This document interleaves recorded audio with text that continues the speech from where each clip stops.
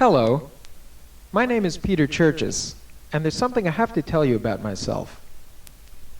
I don't know why I have this, what should I call it? Talent? Power? Gift? This ability to make music just by talking. Now don't get me wrong, I'm not really that conceited. I'm not trying to tell you that my every word is music to your ears. I'm really speaking quite literally. I make music just by talking. Listen. Oh, how I'd love to inconvenience you. See what I mean? I don't know how it happens, it just happens. Different phrases get different effects. For instance, the man with the glass nose came to pay his respects. Now that gets a somewhat different effect than this one. The man with the star-crossed eyes refused to pay his debts.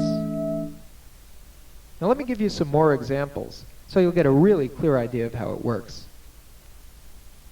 If I'm not alone, you can leave a message with my goldfish. What I do with my spare ribs is none of your earwax, Quasimodo. This painting represents my impression of a sneeze. Darling, where did you hide the pork fat? I've looked everywhere. Quick! Give me a rub down and burn the Kama Sutra! Charlotte, I'd like you to meet my dear departed wife, Virginia. My late Uncle Jay works at the dead letter office.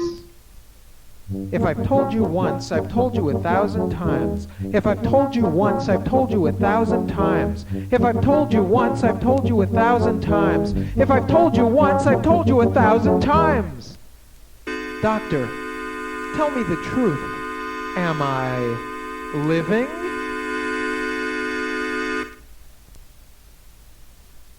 You know how some people sing when they're in the shower? Well, when I'm in the shower, I don't have to sing. All I've got to do is talk. Soap, soap, soap. How many fatty farm animals have died for my dirt? How long must I go on living a lie?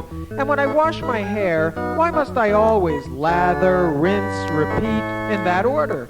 Who'll throw the first stone if I reverse the routine just this once? Repeat, rinse, lather, forget it. I'd probably have a bunch of CIA agents crawling up from the drain like a platoon of albino cockroaches who haven't seen the light of day since the Bay of Pigs. And what about this bar of ivory? Let's run it up the flagpole and see if it floats. Now, I've got a confession to make. I wasn't being completely honest when I referred to this thing as a talent because, to tell you the truth, it's really more an affliction. You see, I have no control over it, and it's gotten me into trouble on more than one occasion. Like the time I went on a job interview.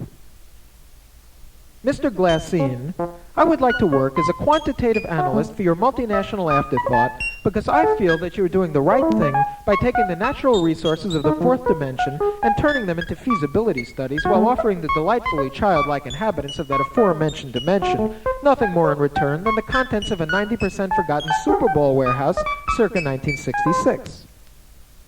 And regarding the question of where I see myself in 5 years, I'd just like to say that 5 years may seem like no more than a syncopated heartbeat or an episode of halitosis to a pickled old geezer like you, but to me, 5 years means that February 29th is bound to turn up at least once, and I think that's worth waiting for.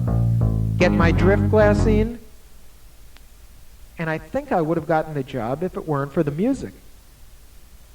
Because what Glassine said to me was, "I'm sorry, Mr. Cherches, but we simply cannot have you going around dressed in a power suit of arpeggios and flatted fifths. You might arouse your coworkers from their drunken stupor of blind obedience." So I ended up taking a job with the Venus de Milo Life and Casualty Society as an actuarial countertenor, specializing in subterranean underwriting and arms negotiation.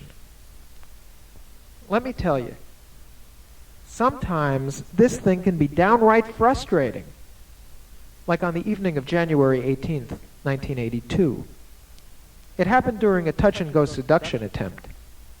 I had connived and cajoled the lovely Anna Maria Al Dente back to my apartment after a delightful meal of pig ear and jellyfish at my favorite Chinese restaurant. I was plying Anna Maria with soft lights, Schlivovitz, and verbal gymnastics when it happened. My dear, you are the East, the West, and all the whistle stops in between.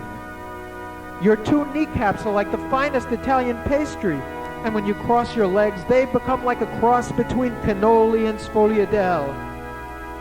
Your every feature is a feast for my four eyes.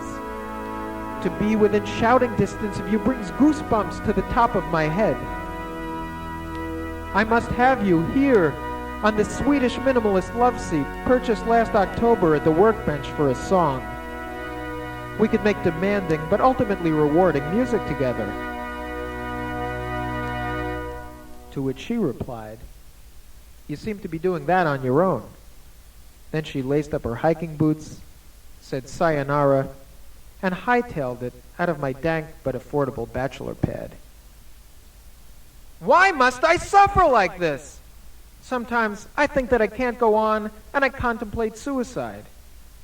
I won't leave a suicide note. I'll tape my farewell speech. Friends, enemies, wishy-washy centrists, get a load of this.